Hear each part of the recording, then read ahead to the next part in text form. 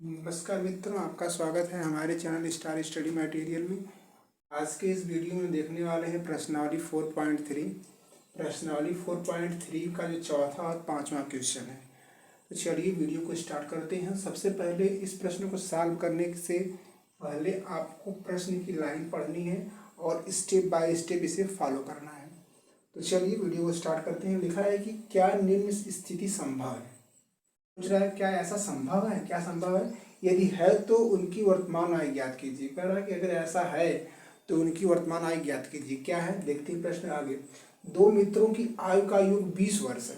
दो मित्र हैं जिनकी आयु का योग 20 वर्ष है। 4 वर्ष पूर्व उनकी आयु वर्षों का गुणनफल 48 है।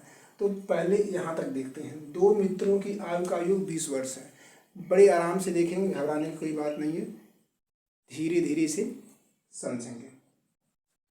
दो मित्रों की आयु का योग 20 वर्ष है। तो आप लिखेंगे सबसे पहले योग 20 वर्ष है, मतलब अगर x एक को x मानेंगे तो दूसरा 20 में से x घट जाएगा। तो लिख सकते हैं माना पहले मित्र की आयु, माना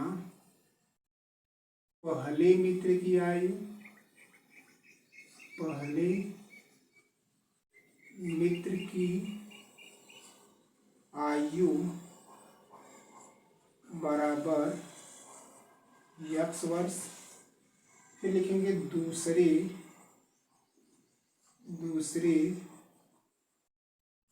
मित्र की आयु बराबर 20 में से x घटा देंगे वर्ष। अब इसको जब आगे सॉल्व करेंगे तो आप देख पा रहे हो कि 4 वर्ष पूर्व उनकी आयु वर्षों का गुणनफल 48 है। 4 वर्ष पूर्व मतलब x में से भी 4 घटाएंगे, यानी पहले मित्र से भी 4 घटाएंगे और दूसरे मित्र में से भी 4 घटाएंगे। तो आराम से हटा देते हैं। x में से 4 घटाएंगे तो हो जाएगा x, लिखेंगे प्रश्नानुसार। प्रश्नानुसार क्या है, x में से 4 घटाएंगे और कह रहा है कि दूसरे में से 4 घटाएंगे। 16 में से 20 में से 4 घटाएगा तो हो जाएगा 16 माइनस x बराबर 4 वर्ष पूर्व, मतलब 4 घटा देंगे माइनस के 4 घटाएंगे। 4 वर्ष पूर्व करने के लिए 4 पहले मित्र में से और दूसरे मित्र से घटाएंगे। तो इनका जो गुणनफल है ये 48 होता है। इसको आगे सॉल्व कर लीजिए। ये हो जाएगा x। आप जानते हो कि जब दो कोष्ठक होता है और इनका आपस में गुणा करना होता है, वो भी अक्षर और गिनती का, तो सबसे पहले किसी एक को 2 बार लिख लीजिए, आराम से गुणा कर लीजिए। तो मान लेते हैं 16 माइनस x को मैं 2 बार लिख देता हूँ। 16 माइनस x को 2 बार लिख देता हूँ और जो बचा है एक इसके साथ दूसरा इसके साथ बराबर 48 कर देते हैं। इसका अंदर गुणा करिए। 16x minus x² plus 64 plus 4x बराबर के 48 के। इसको और आगे सॉल्व करेंगे, हो जाएगा 16 4 20। तो इसको बड़ी आराम से करेंगे तो आप लिखेंगे कि पहले हो जाएगा माइनस का, बड़ी घास लिखेंगे, माइनस का हो जाएगा x²। फिर लिखेंगे माइनस का 16 4 20, ये प्लस है तो प्लस रहेगा, 16 4 20 x। फिर लिखेंगे क्या, 16 4 20 हो गया, माइनस का 64 को इधर भेज दीजिए, ये 48 प्लस का 64 हो जाएगा। हो जाएगा x² प्लस का 20x माइनस का 8 4 12 हो जाएगा, 6 4 10 2 8 4 12 6 4 10 11, ये हो जाएगा 112। ये हो जाएगा 112 = 0। अब इसको जब आगे सॉल्व करेंगे तो इसको आगे आप सॉल्व कर सकते हो विभक्तर लगा के। विभक्तर लगा के देखते हैं कि अगर इसका प्लस में आएगा 0 आएगा तो इसको आगे सॉल्व करेंगे, अगर माइनस में आ जाएगा तो आगे सॉल्व करने की जरूरत नहीं है। तो आप लिखोगे ऐसा संभव नहीं है। तो चलिए देखते हैं। तो विभक्तर लगाने के लिए सबसे पहले आप करेंगे a का मान, तो a का मान 1 है, कुछ नहीं तो 1 मानते हैं। v का मान जो x का गुणांक होता है 20 है, और c का मान माइनस का 112। इस प्रकार से a b c का मान आपको यहाँ पर गिवन हो गया।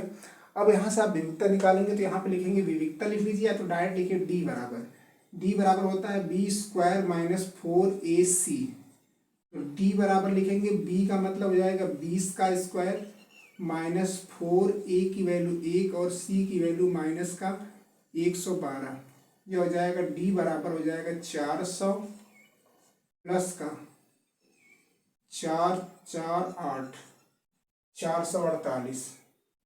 अब जब इसको और सॉल्व करेंगे, जब आप और सॉल्व करेंगे तो आप देख पा रहे हो कि 400 और 448 हो जाएगा 848। तो डी बराबर हो जाएगा आपका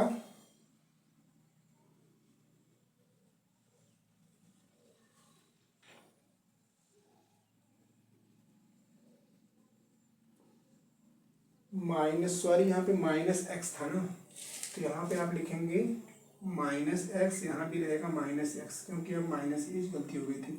तो इसका मान हो जाएगा -1, यहाँ पे हो जाएगा -1। जब इस प्रकार से यहाँ -1 हो जाएगा तो यहाँ पे माइनस रहेगा और ये कंप्लीट सही होगा। तो डी का मान हो जाएगा -48। तो डी का मान -48 हो गया। तो आप बोल सकते हैं यहाँ b² - 4ac ऋणात्मक है या नकारात्मक है, तो इसके वास्तविक मूल नहीं होंगे। तो आप लिख सकते हैं यहाँ b² - 4ac, b² - 4ac ऋणात्मक है,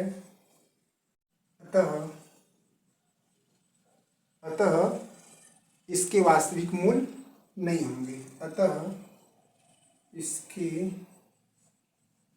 वास्तविक मूल नहीं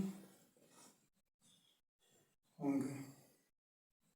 इस प्रकार से इसको यहीं पर छोड़ देंगे, क्योंकि यहाँ माइनस आ गया, इसको आगे सॉल्व नहीं कर सकते। जब आगे सॉल्व नहीं कर सकते तो इसका क्या वर्तमान आय ज्ञात करना पॉसिबल नहीं है। चलिए इस प्रश्नावली का लास्ट प्रश्न है, क्या परिमाप 80 मीटर तथा क्षेत्रफल 400 मीटर स्क्वायर के एक आयताकार पार्क को बनाना संभव है? यदि है तो इसकी लंबाई चौड़ाई ज्ञात कीजिए। यहाँ भी वही है, इसको भी सॉल्व करेंगे, सॉल्व करके देखेंगे कैसे क्या हो रहा है। तो यहाँ पे सबसे पहले देखिए आयताकार है। जब आयत की बात करते हैं तो आयत में लंबाई होती है, चौड़ाई होती है, और मुझे यही ज्ञात करना है। तो जो चीज़ मुझे ज्ञात करना होता है हम उसी को मान लेते हैं।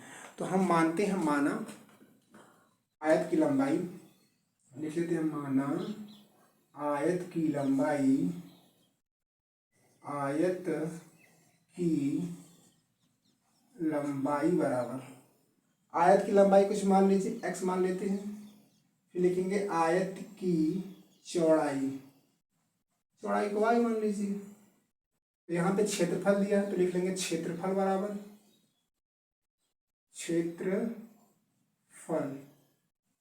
क्षेत्रफल बराबर हो जाएगा 400। तो आप जानते हैं लंबाई गुणी चौड़ाई, क्षेत्रफल यही होता है, बराबर 400। तो यहाँ पर एक बात समझिए, बात आपको ये समझना है। अच्छा ठीक है, यहाँ पे परिमाप दिया 80 मीटर, फिर दिया क्षेत्रफल। तो सबसे पहले हम इसको परिमाप वाला सॉल्व कर लेते हैं, फिर क्षेत्रफल का, ठीक है। तो इसको फिर से एक बार देखते हैं, या फिर इसको यहीं छोड़ दीजिए, कोई दिक्कत की बात नहीं है। ये जाएगा xy बराबर 400, xy बराबर हो जाएगा 400। हम इसको आगे सॉल्व करेंगे, लेकिन यहाँ पे पहले परिमाप दिया है तो मैंने पहले क्षेत्रफल निकाल लिया, तो कोई दिक्कत की बात नहीं है, तो बाद में निकालते परिमाप। यहाँ पे लिखेंगे परिमाप, या तो लिख लीजिए आयत का परिमाप, आयत, यहाँ पे लिख सकते हैं आयत का क्षेत्रफल, आयत का क्षेत्रफल। पूरी बात इसलिए लिखेंगे ताकि आप किसी और का क्षेत्रफल समझ पाएँ। आयत का परिमाप।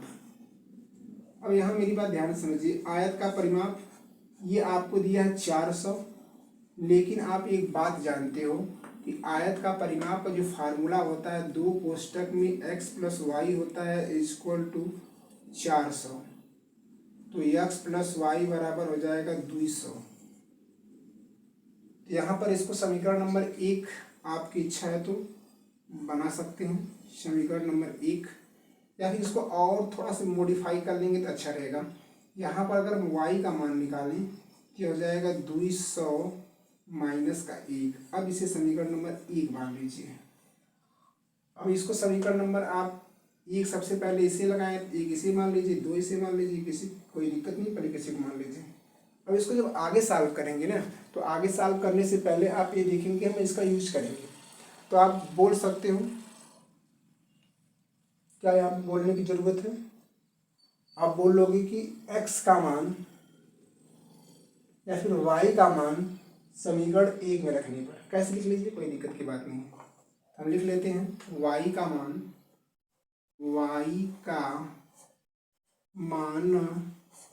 समीकरण एक में रखने पर, समीकरण एक में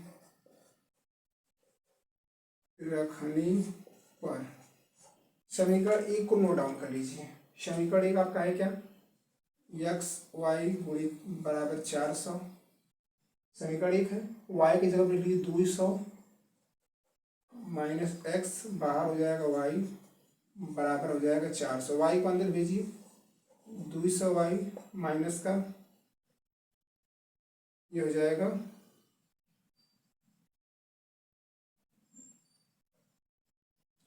सॉरी y का मान मुझे रखना था ना, मिस्टेक हो गया। इसको फिर से देखते हैं, x को ऐसे लाने देंगे। y का मान क्या है? 200 माइनस एक्स बराबर 400। इसको अब सॉल्व करेंगे तो जाएगा 200x माइनस का एक्स स्क्वायर बराबर का 400। अब इसको और आगे मॉडिफाई करेंगे तो आप देख पा रहे हो ये हो जाएगा माइनस का एक्स स्क्वायर प्लस का 200 एक्स माइनस का 400 बराबर का 0। आप एक बात जानते हो, वो कौन सी बात है? आप एक बात जानते हो कि अगर यहाँ पर माइनस है तो हम इसे माइनस कभी देख, जब भी द्विघात समीकरण यूज का गुणनखंड करते हैं तो यहाँ पे माइनस नहीं रहता है मैक्सिमम केस में। तो यहाँ इसको माइनस हटा दीजिए। जैसे आप माइनस हटाएंगे तो सारा सिंबल बदल जाएगा। तो आप क्या लिख पाओगे? आप लिख पाओगे, आप बोलोगे सर यहाँ पे लिख लीजिए क्या, एक्स स्क्वायर ये हो जाएगा प्लस का 200 हो जाएगा बिल्कुल माइनस का, और यहाँ पे हो जाएगा प्लस का 400 बराबर का हो जाएगा 0। अब यहाँ पर आप देख पा रहे हैं कि द्विघात समीकरण बन गया। द्विघात समीकरण को सॉल्व करने के लिए आपको ये पता है कि लास्ट वाले पद का ऐसा दो खंड करते हैं, दो टुकड़ा करते हैं कि जोड़ने पर 20 का नंबर आ जाए और गुणा करने पर वही रहे। सॉरी, यहाँ पे इसका परिमाप 80 है, ये तो बहुत भारी मिस्टेक हो गया। इसका परिमाप 80 है। जब इसका परिमाप 80 है तो आपको इसको फिर से लगाना पड़ेगा। इसका परिमाप 80 है, इसका परिमाप 80 है।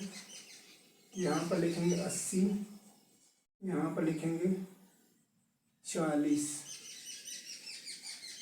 यहाँ पर लिखेंगे 40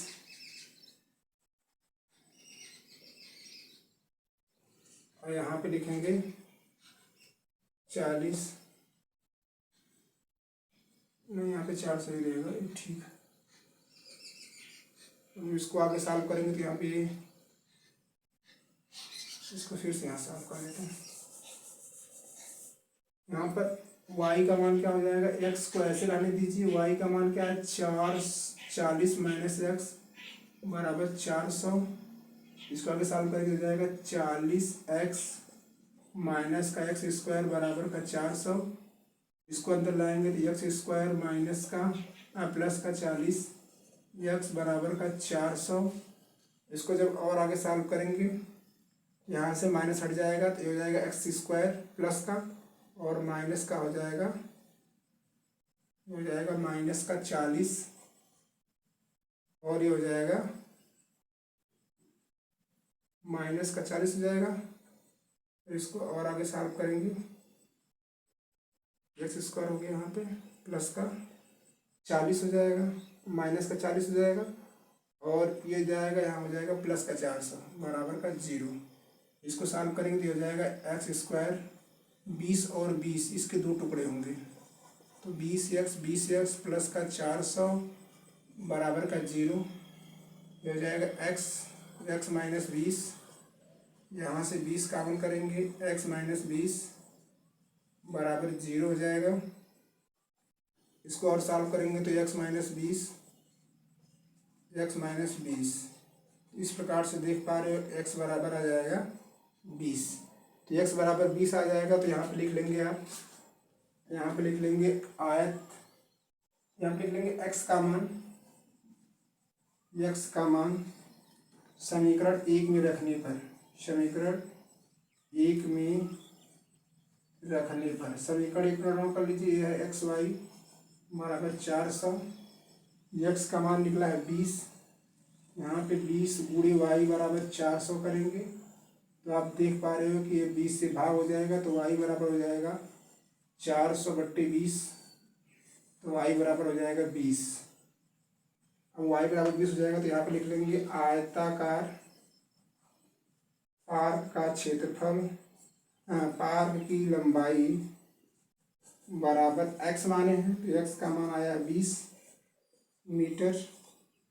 फिर लिखेंगे आयताकार पार्क की चौड़ाई भी लिख लीजिए, कोई दिक्कत नहीं। पार्क की चौड़ाई ये y माने हैं, y का मान भी 20 आया है। इस प्रकार से आप देख पा रहे हो कि 20 और 20 ये दोनों हो गया आपका। तो पूरा वीडियो देखने के लिए बहुत बहुत धन्यवाद। और आपको हमारे द्वारा बनाई गई वीडियो अच्छी लगती है चैनल सब्सक्राइब कर लीजिए और बेल आइकन को प्रेस कर लीजिए ताकि इस प्रकार की वीडियो आपको जल्द से जल्द मिल जाए, किसी प्रकार की कोई प्रॉब्लम ना हो। तो इस पूरे सवाल को एक बार नोट कर लीजिए या फिर शॉर्ट स्क्रीन कर लीजिए।